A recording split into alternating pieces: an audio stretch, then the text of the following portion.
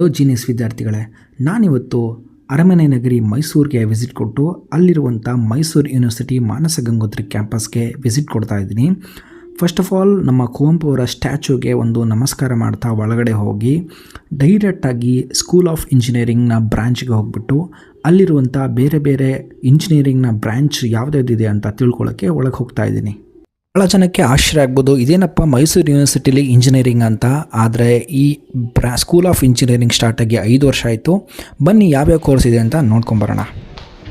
School of ಇಂಜಿನಿಯರಿಂಗ್ನ entry ಆಗ್ತಿದ್ದಂಗೆ ನಿಮಗೆ right side ಒಂದು board ಸಿಗುತ್ತೆ. ಅದು ಕೋರ್ಸ್ ಆಫರ್ಡ್ ಅಂತ ಏನೇನು ಆಫರ್ಡ್ ಅಂತ ಹಾಕಿದ್ದಾರೆ.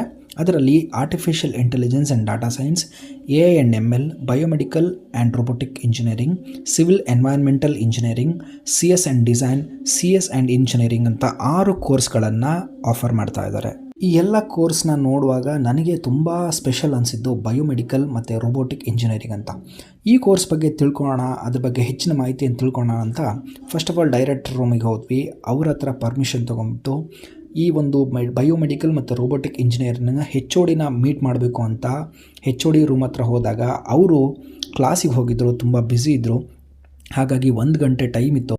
ಸರಿ, ಹಾಗಾದರೆ ಮತ್ತೆ ಟೈಮ್ ವೇಸ್ಟ್ ಮಾಡೋದು ಅಂತ ನಾನು ಅಲ್ಲಿರುವಂಥ ಅಸಿಸ್ಟೆಂಟ್ ಪ್ರೊಫೆಸರ್ ಮತ್ತು ಲ್ಯಾಬ್ ಅಟೆಂಡರ್ನ ಸಹಾಯದಿಂದ ಬಯೋಮೆಡಿಕಲ್ ಇಂಜಿನಿಯರ್ನ ಎಲ್ಲ ಲ್ಯಾಬ್ಗಳನ್ನು ನೋಡ್ಕೊಂಬಂದೆ.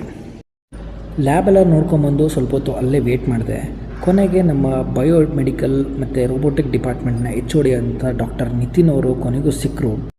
ಸೊ ಅವ್ರ ಜೊತೆ ಏನು ಮಾತಾಡಿದೆ, ಏನೇನು ಡೌಟ್ಗಳನ್ನು ಕ್ಲಾರಿಫೈ ಮಾಡಿಕೊಂಡೆ ಮತ್ತು ಅವರು HOD ಆಗಿ ಅವರ ಡಿಪಾರ್ಟ್ಮೆಂಟ್ನ ಬಗ್ಗೆ ಏನೇನೆಲ್ಲ ಮಾಹಿತಿ ಕೊಟ್ಟರು ಅಂತ ನೋಡ್ಕೊಂಬರೋಣ. ವಿಡಿಯೋನ ಕೊನೆವರೆಗೂ ನೋಡಿ.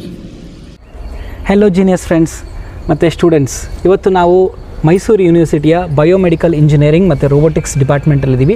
ಬನ್ನಿ, ಇಲ್ಲಿ ಒಬ್ಬ ವ್ಯಕ್ತಿ ಇದ್ದಾರೆ, ಅವ್ರ ಬಗ್ಗೆ ಅವರೇ ಪರಿಚಯ ಮಾಡ್ಕೊಳ್ತಾರೆ ಮತ್ತು ಆ ಕಂಪ್ಲೀಟ್ ಒಂದು ಕೋರ್ಸ್ ಬಗ್ಗೆ ಆಗಿರ್ಬೋದು, ಕಾಲೇಜ್ ಬಗ್ಗೆ ಇನ್ಫಾರ್ಮೇಷನ್ ಕೊಡ್ತಾರೆ. ಸರ್ ನಮಸ್ತೆ. ಫಸ್ಟ್ ಆಫ್ ಆಲ್ ನಿಮಗೆ ನಮ್ಮ ವಾಟ್ನಿಕ್ ಜೀನಿಯಸ್ನ ಒಂದು ಸಂಸ್ಥೆಯಿಂದ ಮತ್ತು ಈ ಒಂದು ವಿಡಿಯೋಗೆ ವೆಲ್ಕಮ್ ಸರ್. ಸೊ ದಯವಿಟ್ಟು ನಿಮ್ಮ ಹೆಸರು, ನಿಮ್ಮ ಪರಿಚಯ ಮಾಡಿಕೊಂಡು ಈ ಕೋರ್ಸ್ ಬಗ್ಗೆ ದಯವಿಟ್ಟು ಹೇಳಬೇಕಾಗಿ. Sure sir.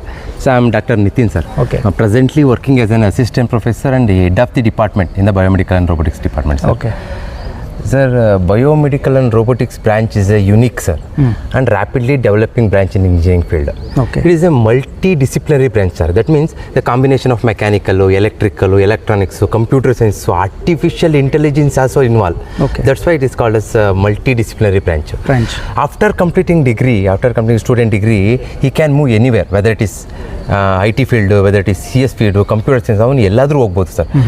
ಬಿಕಾಸ್ ಎಲ್ಲ ಬ್ರಾಂಚ್ ಸಬ್ಜೆಕ್ಟು ನಾವು ಟೀಚ್ ಮಾಡ್ತೀವಿ sir. And it is a very worthful for the students.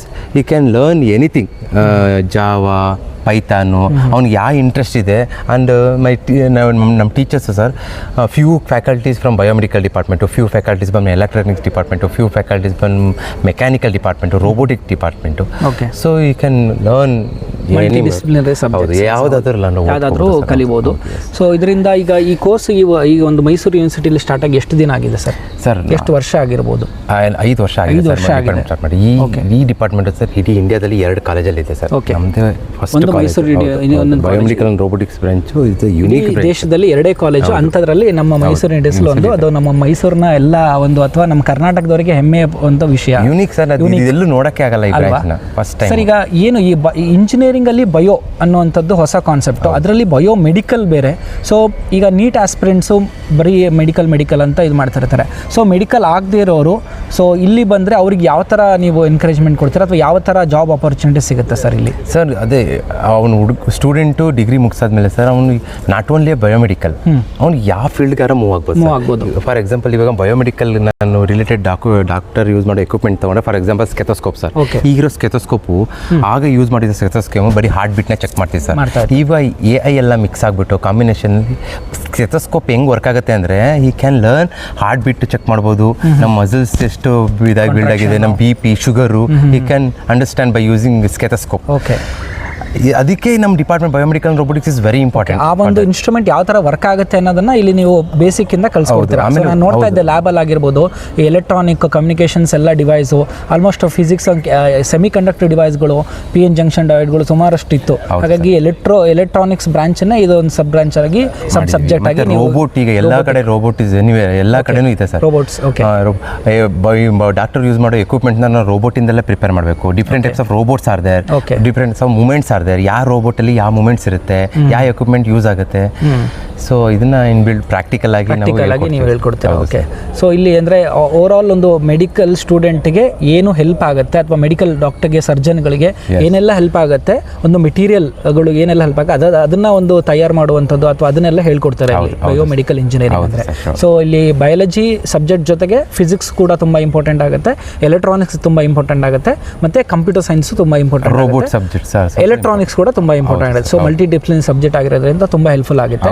So ಯಾವ ಇಂಡಸ್ಟ್ರಿಗೆ ನಿಮ್ಮ ಮಕ್ಕಳು ರೆಡಿ ಆಗ್ತಾರೆ ಸರ್? ಅಂದರೆ ಆಫ್ಟರ್ ದಿಸ್ ಕೋರ್ಸ್ ಈಗ ಜಾಬ್ ಆಪರ್ಚುನಿಟೀಸ್ ಯಾವ ಥರ ಇದೆ, ಮತ್ತು ಸ್ಯಾಲ್ರಿ ಯಾವ ಥರ ಇರುತ್ತೆ ಸರ್ ಇಲ್ಲಿ? ಸರ್ ನಮಸ್ತೆ. ಈಗ ಸ್ಟೂಡೆಂಟು ಈಗ ಒಂದು ಕಂಪ್ನಿ, ಈಗ ಕಂಪ್ಯೂಟರ್ ಸೈನ್ಸ್ ಹೋದರೆ ಬರೀ ಕಂಪ್ಯೂಟರ್, ಸಿವಿಲ್ ಹೋದರೆ ಬರೀ ಸಿವಿಲ್ ಓದಬೇಕು ಆ ಥರ ಇಲ್ಲ ಸರ್. ಸ್ಟೂಡೆಂಟ್ಸ್ ಯಾವ ಕಡೆನಾದರೂ ಓದ್ಬೋದು. ನಿಮ್ಗೆ ಐ.ಟಿ ಫೀಲ್ಡ್ ಇಂಟ್ರೆಸ್ಟ್ ಇದೆ, ಐ.ಟಿ ಫೀಲ್ಡ್, ಮೆಕ್ಯಾನಿಕಲ್ ಫೀಲ್ಡ್ ಇದೆ, ರೋಬೋಟ್ ಫೀಲ್ಡ್. ಸೊ ಅವ್ನು ಯಾವ್ದಾರ ಚೂಸ್ ಮಾಡ್ಬೋದು ಸರ್, ಯಾಕಂದರೆ ಎಲ್ಲ ನಾವು ಹೇಳ್ಕೊಟ್ಟಿರ್ತೀವಿ.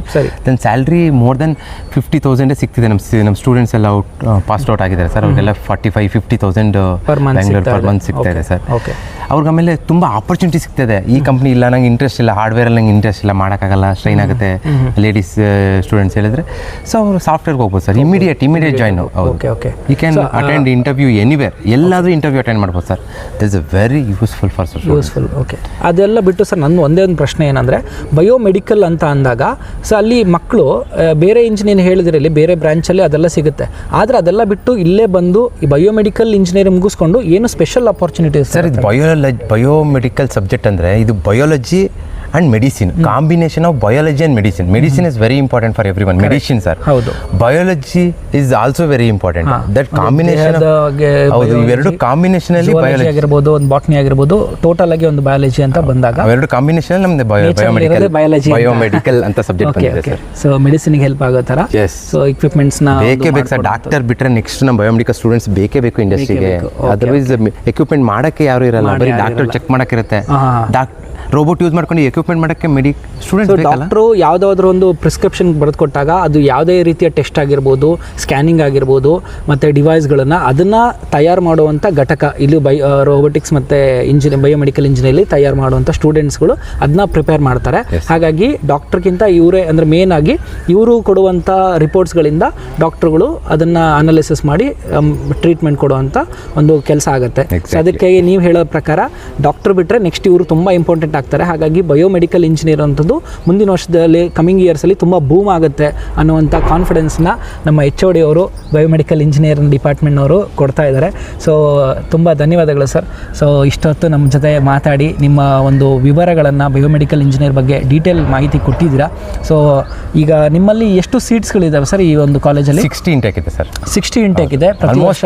60 ಇಂಟೇಕ್. ಸೊ ಇದಕ್ಕೆ ಎಂಟ್ರೆನ್ಸ್ ಎಕ್ಸಾಮ್ ಅಂದ್ಬಿಟ್ಟು ನೀವು KCT ಇಂದಾನೇ ಬರ್ತಾರೆ ಇದಕ್ಕೆ ಮಕ್ಕಳು? ಸಪ್ರೇಟ್ ಆಗಿ ಏನಾದರೂ ಇದೆಯಾ ಸರ್? ಸಪ್ರೇಟ್ ಆಗಿ ಏನಿಲ್ಲ ಸರ್. ಸಪ್ರೇಟ್ ನೀಟ್ ಅಂದರೆ KCT Karnataka common entrance test ಇಂದ ಆಯ್ಕೆ ಮಾಡ್ಕೊಂಡು ಇಲ್ಲಿ ಬರಬೇಕು. ಬಟ್ ಭಾಳ ಜನಕ್ಕೆ ಇದು ಮಾಹಿತಿನೇ ಗೊತ್ತಿರ, ಹಾಗಾಗಿ ಅವರು ಟಿಕ್ ಮಾಡಿರಲ್ಲ. ಸೊ ಆಪ್ಷನ್ಸ್ ಅದನ್ನ 50% ಸರ್. 50% CET, 50% ಮ್ಯಾನೇಜ್ಮೆಂಟ್ ಇರುತ್ತೆ. ಸೊ 30 ಸೀಟ್ಸು KCT ಕೋಟಾಯಿಂದ ಬರುತ್ತೆ, ಇನ್ನೂ 30% ಡೈರೆಕ್ಟ್ ಯೂನಿವರ್ಸಿಟಿಯಿಂದನೇ ಅವ್ರಿಗೆ ತಗೋಬಹುದು. ಅದಕ್ಕೆ ಯಾವ ಥರ ಎಂಟ್ರಿ ಇರುತ್ತೆ ಸರ್? ಎಕ್ಸಾಮ್ಸ್ ಏನಾದರೂ ಇರುತ್ತೆ? CET ಒಂದು ಅಟೆಂಡ್ ಮಾಡಿದ್ರೆ ಜೊತೆಗೆ ಪೇಮೆಂಟ್ ಸ್ವಲ್ಪ ತಗೋಬೇಕು. ಪೇಮೆಂಟ್ ಏನಾದರೂ ಪೇಮೆಂಟ್ ಸಿಗ್ತಾರ ಅಂತ ಕನ್ಸಿಡರ್ ಮಾಡ್ಬೋದು. Okay, so 60 ಸೀಟಲ್ಲಿ 30 seat direct KCT ಇಂದ ಎಕ್ಸಾಮಿಂದ ಬರಬೇಕು, ಇನ್ನು 30 ಸೀಟನ್ನು ಮ್ಯಾನೇಜ್ಮೆಂಟ್ ಅಥವಾ ಒಂದು ಯೂನಿವರ್ಸಿಟಿ ಇಂಟೇಕ್ ಅಂತ ಇರುತ್ತೆ ಅದರಲ್ಲಿ ತಗೋಬೇಕಾಗಿರುತ್ತೆ. ಹಾಗಾಗಿ ನೀವು ಇದನ್ನ ಖಂಡಿತ ಟ್ರೈ ಮಾಡಿ. ಫ್ಯೂಚರಲ್ಲಿ ತುಂಬ ಇದಕ್ಕೆ ಬೆಲೆ ಇದೆ ಅಂತ ನಮ್ಮ ಸರ್ ಹೇಳ್ತಾ ಇದ್ದಾರೆ.